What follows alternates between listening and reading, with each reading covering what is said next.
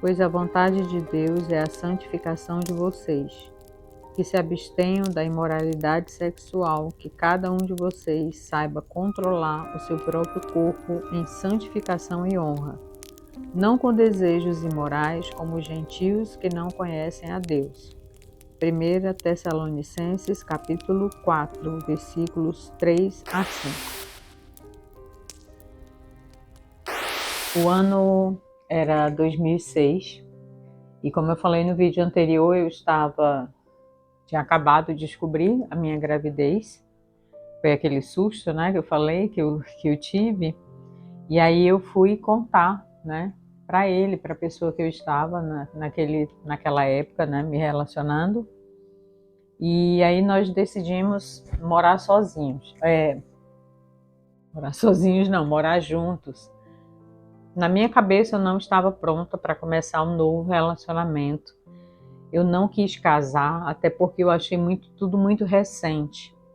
E estava naquela luta espiritual, naquela frieza espiritual, naquele meu momento de tentar reerguer a minha fé, tentar recomeçar a minha comunhão com Deus. E eu não quis encarar um outro casamento. Então a gente decidiu que ia só morar juntos e foi o que aconteceu.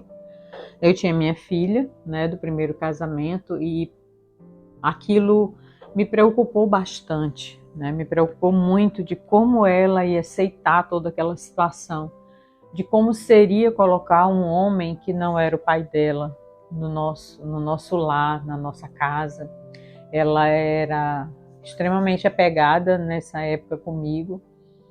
Enfim, foi uma situação assim bem difícil de elaborar, né? Mas por conta da gravidez, que veio assim inesperada, né? A gente decidiu que iríamos morar juntos e eu morava numa casa grande e aí ficou inviável ficar naquela casa e eu decidi mudar e morar num apartamento bem menor. Tudo aquilo foi tudo muito novo para mim, né? Tudo muito diferente de tudo que eu já vivi. Eu tinha a minha filhinha de 4 patas, a Bel, também veio com a gente. Eu sempre muito focada em proteger a minha filha de toda essa situação. Seria uma pessoa diferente, uma pessoa nova vivendo com a gente. Passaríamos por uma adaptação, período de adaptação a tudo aquilo, né? Nessa época eu também enfrentei muitos problemas com o pai dela, muitas críticas, muitos julgamentos, muita perturbação, enfim, eu estava sobre muita pressão, né? Posso dizer que eu estava vivendo um momento de muita pressão. E aí, quando eu estava com 2 meses de grávida, a minha cachorrinha, que tinha 2 aninhos, ela morreu muito rapidamente num feriado. A gente não pôde fazer absolutamente nada para salvá-la naquele momento. E perder ela, que era como se fosse uma filhinha para mim, eu chamava ela de minha filha. E, nossa, aquilo me abalou profundamente, me abalou no meu emocional. Eu fiquei extremamente fragilizada com a perda da minha cadelinha. Ela era muito fofa, muito próxima a mim. Ela praticamente ia para todos os lugares que dava para levá-la, né, junto comigo. E eu lembro de ir para a faculdade e disparar num choro ali, né, com aquela situação. E eu lembro que o meu marido, na época, ele falou: você precisa se controlar, né? Você precisa se controlar, porque pode fazer mal para o bebê. É uma situação difícil, eu sei, mas pode acabar afetando o bebê, todo esse choro, esse teu luto, essa tua tristeza. E realmente eu enfrentei no início da gravidez, logo após a morte da minha cadelinha, eu enfrentei uma infecção urinária terrível, né? Já estava em sangramento. E a minha médica falou: infelizmente não posso passar nenhuma medicação, porque como está no início a gestação, você pode perder o bebê ou pode causar algum dano para o bebê. Então nós vamos ter que trabalhar muito líquido, muito repouso, e a gente vai observando, né? Se você vai ficar bem, como é que vai ficar a situação. E realmente eu comecei a me hidratar e eu repousava, e orando e pedindo, clamando a Deus para que aquilo mudasse, aquele quadro de enfermidade mudasse, né? Porque não podia tomar nada, mas aquilo afetou a minha gestação. É tanto que eu só durante a minha gravidez, eu só engordei 6 quilos, né? Então acabou afetando. Um professor na faculdade depois me explicou, e ele falou que a infecção em si gerou essa falta de ganho, né, de peso durante a gestação, mas foi tudo tranquilo, né? Foi tudo tranquilo na gestação, depois que eu superei esse problema da infecção. Mas foram 3 meses de luto pela minha cadelinha. Muito, muito. Eu chorava muito. Eu olhava para o cantinho onde ela dormia e aquilo me afetou profundamente. Foi difícil superar e eu acho que eu só superei por conta realmente da minha gravidez.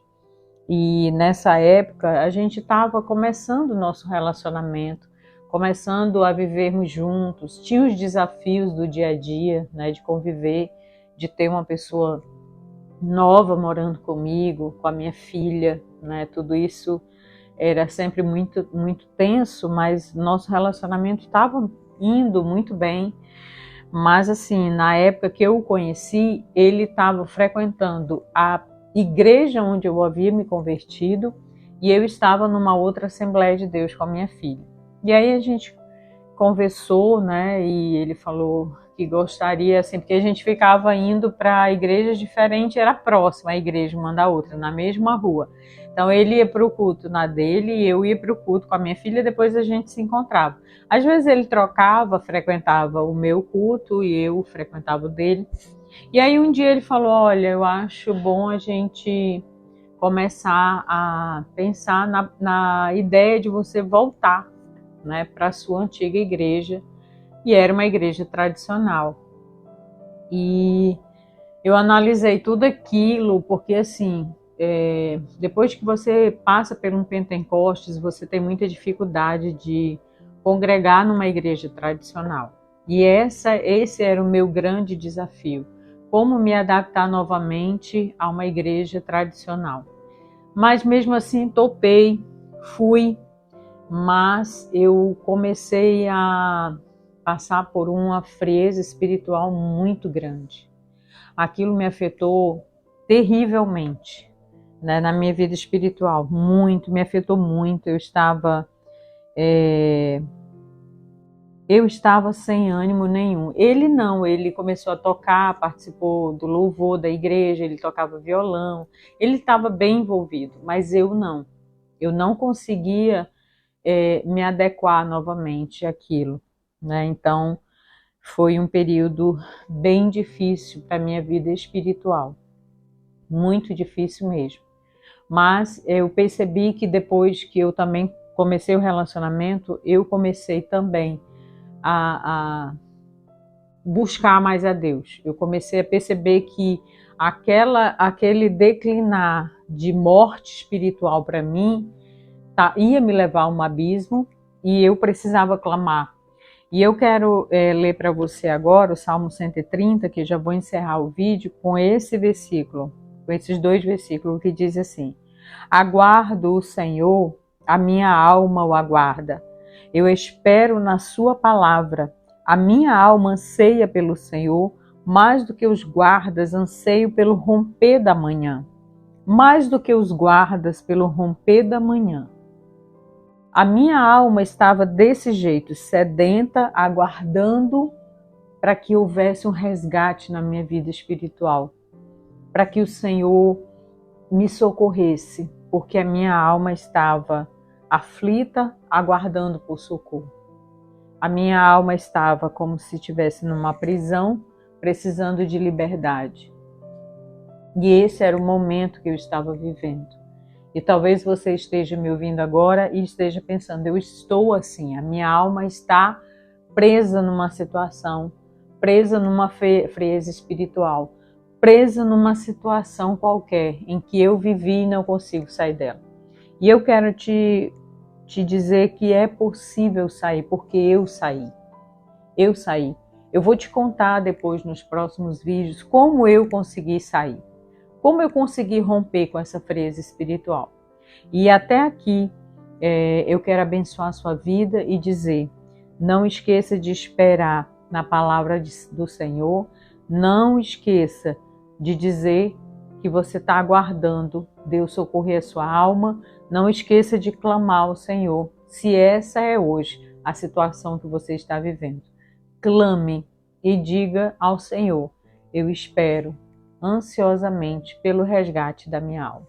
Que Deus te abençoe, Deus te guarde, Deus livre você de todo mal e que tua alma saia do cativeiro, em nome de Jesus. Shalom, shalom, graça e paz.